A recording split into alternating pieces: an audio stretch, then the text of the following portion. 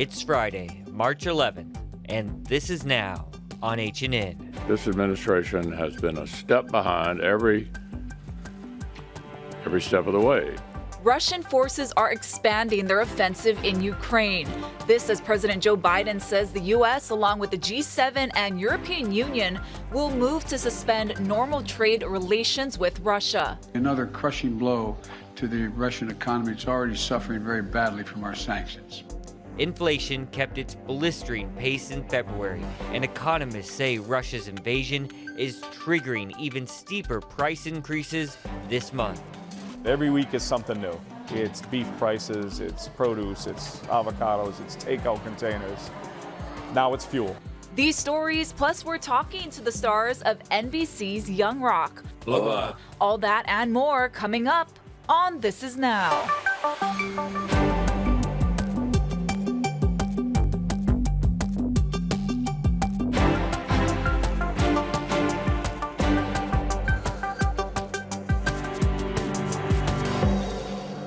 Aloha and good afternoon, everyone. Thank you so much for watching This Is Now. We want to begin with breaking news. Now, murder and theft arrest warrants have been signed in California against the 23-year-old suspect in that gruesome Hawaii Loa Ridge murder. Our chief investigative reporter, Lynn Kawano, sat down with Jonathan to explain what happens next.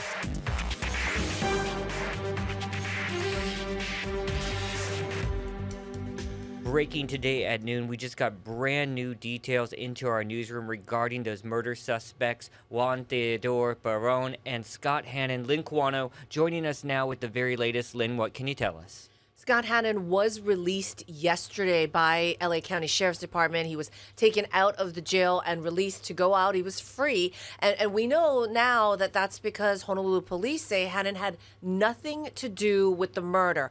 Obviously, this is a little difficult for people to digest because he was at the home. Did he not know that there was this possible body in a bathtub at the home? It's just unclear right now. But according to Honolulu Police, he did not have anything to do with this alleged murder. So Baron instead is charged now with murder too and multiple counts of theft and identity theft. He is having an extradition hearing right now as we speak in the Los Angeles County area, and it's unclear yet if he's going to waive extradition, meaning he's going to be willing to come back to Honolulu and take responsibility for what he is accused of doing if he's going to, or fight it. On the other hand, he could fight extradition, and then we could be talking about weeks before we get this resolved. So we will have more on what happens with Baron in court on our later editions of our newscast. We do have a camera from our LA affiliates inside of the courtroom, so we hope to learn more soon. All right, Lynn, and back to Hannon. Well, he's been said by HPD to have nothing to do with this murder. We still don't know how much he might have known about a crime, right? Absolutely, but to say murder too, if he didn't do the actual alleged killing, then really you can't charge him with murder too. Did he know about the bathtub? Did he not go into that bathroom?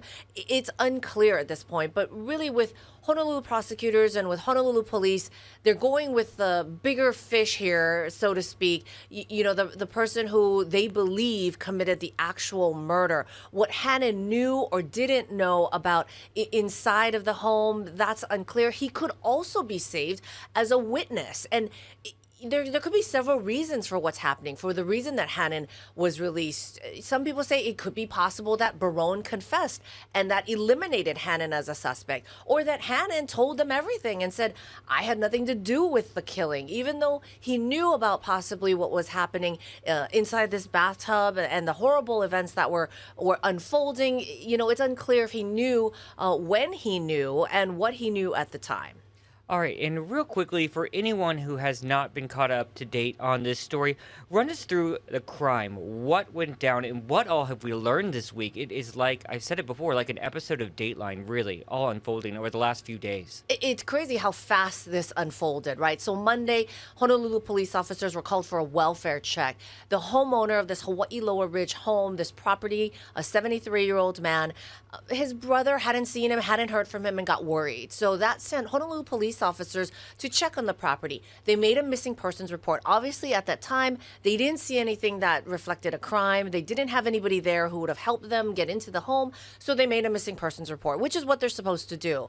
Hours later, the missing persons detectives show up, and it sounds like the men were there at the property at the time and let them in because Honolulu police say they got consent to search. When they went in to search, they found a bathtub covered some type of substance. Now they're saying it's concrete, cement. They got suspicious. Everybody came out and they waited for a warrant. In that time, these two men then left the property via courtesy transport. So Honolulu police took them to the Waikiki area, dropped them off outside the Hilton Waikiki, but never put a tail on them, never checked on them. At this point, the men were free. They were free to move wherever they wanted to, and they were free to leave the state. And that's what happened. They apparently left the state to California later that night. So we're talking about Tuesday now. And they were found in California by U.S. Marshals and the Los Angeles Police Department. From what I hear, it was quite a great arrest because Baron was hiding inside of a locker, it appeared, some type of closed shelf, and LA police had to search the bus to find him in that bus. That bus was heading to Mexico. So if they didn't get the jump on him, Baron would already be in Mexico by now. They were arrested. Hannon was found in Inglewood, which is quite a distance away from where the Greyhound was found in Anaheim. And both men were taken to the Los Angeles County Sheriff's Department, to the jail there. Yesterday, Hannon was released. Today, Baron was charged and he has his first extradition hearing. Just a lot unfolding. Every single day, something new came out on this story, something pretty big, Jonathan. Yeah, Lynn, and I appreciate your great reporting and always keeping us up to date here at This Is Now. But right now, Lynn, I have to toss it over to Jay Gray with more developing news regarding the Ukrainian crisis. Good evening. Look, as the sun sets, the temperature drops. Refugees continue pouring into Poland from Ukraine. I want you to look at this line and see just how long it is. And it's been this way all day. We've seen larger crowds today than we have seen since we've been on the ground here for about 2 weeks. Now, what are they waiting in line for? They're waiting in line after walking, some of them 2 and 3 days in what has been bitter cold, some areas snow, to get to the buses. And you can see the buses just ahead of us here. They're waiting to get on a bus that will take them to a train station, and then that train perhaps will take them to Warsaw or Krakow or somewhere else in Poland where they can at least get a couple of days and really try and figure out what they are going to do next. So many of these people, though, are going to places where they don't know the language right now, they don't know anyone, and they've got to figure out how they're going to adjust. Half of those who are making the rush to safety here are children. So you've got a lot of children involved here. And the UN saying overnight that they believe millions more are on the way. I can tell you this border crossing, Medica, is the largest in Poland. They're seeing the most traffic flow through. And I can also tell you that they're pushed up against their limits already right now. With the influx, with the number of people that continue to come in, they're trying to figure out exactly how they're going to handle all of this. That's the latest from here along the Poland-Ukraine border. I'm Jay Gray. Now back to you. President Joe Biden announced today the U.S. will dramatically downgrade its trade status with Russia as punishment for its invasion of Ukraine and also ban imports of Russian seafood, alcohol, and diamonds. Unity among our allies is critically important, as you all know, from my perspective at least. Many issues divide us in Washington, but standing for democracy in Ukraine, pushing Russia's aggression, should not be one of those issues. The free world is coming together to confront Putin. Our two parties here at home are leading the way. And with that bipartisan cooperation, I'm looking forward to signing into law the bill revoking PNTR, which is, again, most people think of it as most favored nation status.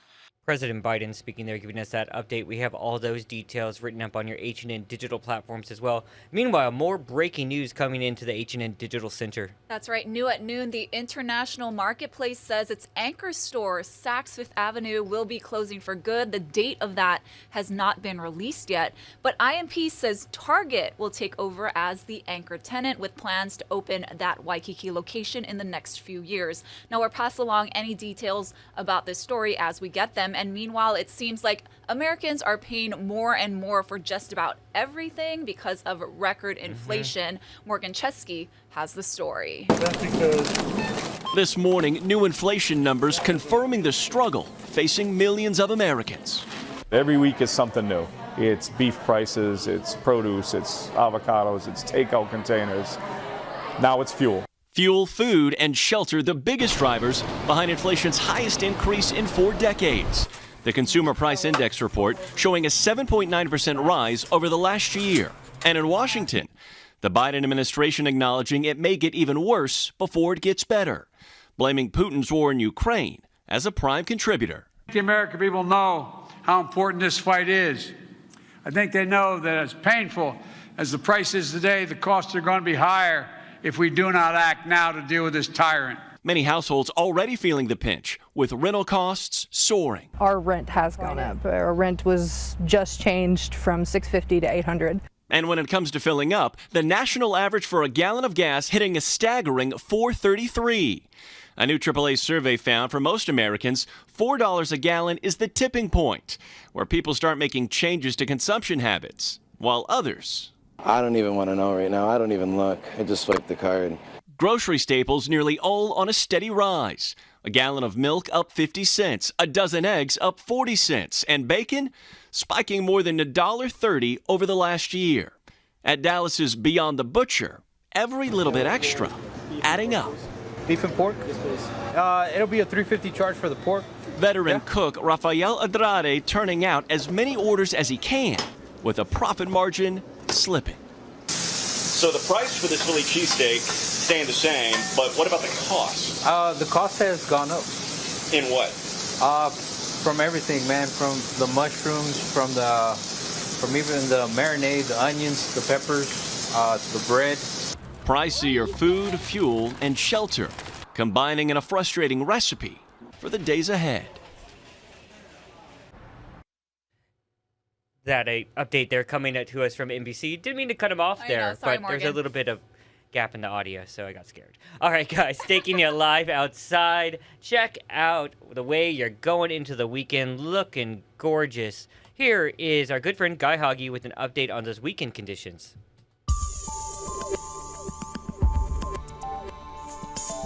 But later today, through the next several days, we'll have winds running at about 10 to 25 miles an hour. Those are those yellow streamlines that you see. And they're coming mostly from the east-northeast. And that means air quality is going to be absolutely gorgeous for the next several days, except for the corner side of the Big Island. Remember, they're always blocked from those trade winds, and that's why that fog and haze starts to move up by the middle of the day. Otherwise, what we see today will continue with very little change through Tuesday. We're looking at a very, very nice weekend. We could use more rain. Remember, most of the state is under moderate drought conditions. Slightly more rain is expected when the winds back off on Wednesday. According to the U.S. Department of Transportation, Hawaiian Airlines is the most punctual airline in the U.S. It's not surprising since it's the 18th year in a row the Aloha-friendly carrier has taken the top spot. Its flights arrived on time more than 90% of the time last year. Delta landed in second place, followed by Alaska Airlines. And if you're looking for a career change or a new opportunity, Hawaiian and many others are hiring. Casey Lund has a look at what it takes to get a gig. Hawaiian Airlines is always recruiting pilots and flight attendants, but right now they have a huge push to bring on hundreds of new people in roles like guest services, ramp agents, and at the corporate office. We got to try our hand at a few of those to see what it's like to work a day for Hawaii's hometown airline. My first task, checking in a guest. So we asked for her ID, we asked for her, she's got her boarding pass, she's got her QR code all ready. We're gonna check her in, right? It may look simple, but there are plenty of ways you could make a mistake. Luckily, I found the best teacher and trainer in guest services agent Lambert Nahi. I've been with Hawaiian for 35 years. Wow.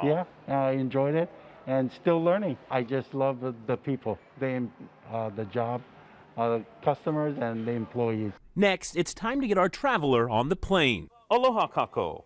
On behalf of Hawaiian Airlines and our codeshare partners, we welcome you to the departure gate for flight 226 with service to Las Vegas. Okay, that needs some work. Nevertheless, our passenger boarded her flight. Now it's time to make sure her bag makes it on the plane with her. My chance to see what it takes to be a ramp agent. And before we get down to the ramp, of course, we had to make sure we have the proper security clearance and, of course, PPE.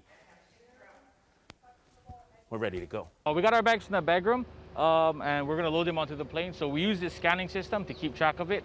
And it starts when you check in your bags upstairs, and it lets us know how many bags are left for the flight. Okay, my friend. So I'm going to get in what's called the pit, correct? Yes, sir. You're going to load bags? Yes. Let's do this. Let's All right. do this, Casey. Okay, he's going to turn on the ramp. I got to get up here first. Now, this is tight quarters for a man of my stature. Oh. Okay. All right, friend. Send him on in. Yeah, again, I may stick with my day job, but this is important work and something ramp agents like Ho'ala Goodhue take great pride in. The people every day, we come to work. It's coworkers that quickly became family. I get to work outdoors every day, which not a lot of people can say that they do. And let's not forget about those amazing Hawaiian Airlines benefits. And your travel benefits for you and your dependents start on day one, first day of employment. So you want to go see some family or kama'aina across the state, easy to get there. You want to go play Vegas, you want to go to the West Coast, Orlando, New York. The world is your oyster with Hawaiian. Again, Hawaiian Airlines is looking to fill those positions right away. You want to go to hawaiianairlines.com to learn more about some of the opportunities they have. Apply, find yourself a great job. As for me, we're on our way to our next assignment, Ho'ala. That's going to do it. Aloha, guys.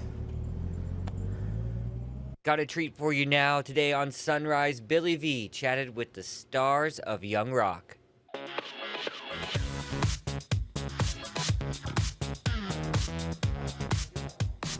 Second season of Young Rock starts next week. Joining us this morning are the gentlemen who played Dwayne Johnson in earlier periods of his life. We've got Uli Latukefu, we've got Bradley Constant, and Adrian Grew. Guys, good morning. Aloha.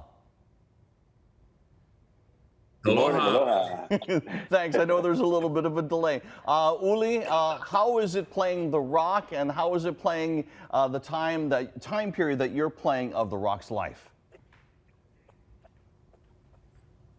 I mean, first, it's an incredible honor. You know, I grew up watching Dwayne throughout his whole wrestling career. So it's really kind of surreal, to be honest, to be playing him at this stage. But, you know, what's really great for this season is we get to see Dwayne jump from football into wrestling. And that transition alone was quite a journey. He started off not as The Rock. He went through several stages of developing his, you know, skill inside the ring and his character. So we get to see, the audience is going to see a real journey with that thing this year with wrestling. So it's going to be fun. Bradley, you get to play the time period where he's here in Hawaii at McKinley High School. How was that experience for you? And did he have any advice for you playing him in that role? So for me, I take off and immediately leave Hawaii. Adrian gets to, you know, live his best life in the beautiful island of Hawaii. I go to the cold and country Nashville right away in that first episode, and quickly realize it's a lot different than Hawaii. Quickly going to wearing cowboy hats and cowboy boots and buckles and all that. He really thinks he's a cowboy in my area, and it's really fun to dive into that. Of course, a tough dynamic of moving away from home, but it was a real fun era to be a part of. Adrian, you played the youngest part of The Rock's life. Did you get a chance to meet The Rock before you started season 1, and how was that? Unfortunately, he is a very, very busy man, so I didn't get to speak to him or meet him, but I hope I do in the future. But again, he's a very, very busy guy. Have you been to Hawaii before? I wish. I really do. It's such a great place. We need to get all of you guys out here sometime soon, but we'll be watching for you guys. Once again, that is coming up on NBC television. Look for these guys playing the role of Dwayne "The Rock" Johnson. Young Rock coming to Hawaii News Now. Guys, hope to see you here soon, but in the meantime, go get them, and aloha. Aloha. Love that delay, I right? know, When you're live on live television. TV. Yep. All right, guys. And also great casting there. Oh, yeah. Really, really, really good casting. All right, guys, see what else the internet is talking about. And check this out. Beautiful, Ooh, right? uh-huh. Scientists have discovered a newly very colorful species of fish hiding in the coral reefs of the Maldives. The new species belongs to the wrasse family, which consists largely of bright-colored fish. Scientists say the colorful species can be found living anywhere from 131 to 229 feet below the ocean's surface. Looks like a goldfish close up here, but as far as shape goes, but the color is just beautiful for our podcast listeners. Just the whole cornucopia of the rainbow right there on that beautiful fish. Yeah, usually you go down that deep and the fish start looking weird and Yeah. scary. This one's really pretty. I wonder what it looks like under a black light. Yeah. So another random thing that's going up for auction, and this one is for Wizard of Oz fans. Now, it's one of the multiple oil cans belonging to the Tin Man, played in the 1939 film by actor Jack Haley. Now, the oil can is thought to be the last original item left from the Tin Man's iconic costume, and that's because the rest of the silver-hued costume is thought to be lost. Opening bids for this oil can starting at 50 grand. Yikes. Wizard of Oz. Talking to my nephews and kids that age, I don't think they still watch this movie as much as generations past did. Do you remember, though, watching it as a kid? It was kind of scary. Terrifying. Yeah. Return to Oz, one of the scarier movies of my Yeah, childhood. Those flying monkeys. No, Yeah. thank you. Well, check this out, you guys. It's a drop, but is it 100 feet? And that's important because North Shore resident Mason Barnes is that speck you see riding down this enormous wall of water at Nazaré, Portugal. The 28-year-old got towed in last month, and the current Guinness World Record is 80 feet. No word yet if he surpassed that, but it is being considered. All right, baseball is back on. Sam yeah. Brock has that good news.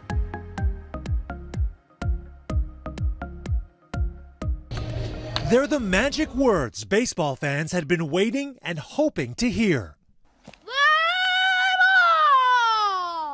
This morning, Major League Baseball's 99-day lockout is officially over. The league and players' union reaching an agreement on a new labor deal, ending the sport's worst work stoppage in a quarter century. And now it's game on. I'm a baseball fan, so I'm happy that's going to happen. I'm happy it's back. Even fan bases that have been a little battered in recent years now feeling optimistic with a full slate of games miraculously in store. Are we about to have a full 162-game season? Amazingly, we are going to have a full 162-game season. They got it done just in the nick of time. MLB Network insider John Heyman says the players hit a home run with a minimum salary bump from around $570,000 to $700,000 right away. And a new pot of millions for guys in their first couple years in the bigs. The players definitely made some concessions. There's no question about it. But to me, this is still a very, very good deal, particularly monetarily for the players. Some of those concessions to the owners include expanding the playoffs from 10 teams to 12, expected to bring in tens of millions in revenue and even advertising logos on player jerseys. Another change, the universal designated hitter, meaning that pitchers will no longer have to swing a bat in the National League. Overnight, reactions pouring in. Astros ace Justin Verlander posting this gif, the Cubs' Marcus Stroman tweeting, "Time to go to work," and Hall of Famer Rod Carew sharing this message. Baseball is back, and I'm ready. Are you? Now it's back to business as the crack of bats and pops of gloves are about to permeate ballparks all over the country. Great update there. And Go that is Nationals. Cardinals. That is going to do it for This Is Now. We'll be back on Monday. See you guys.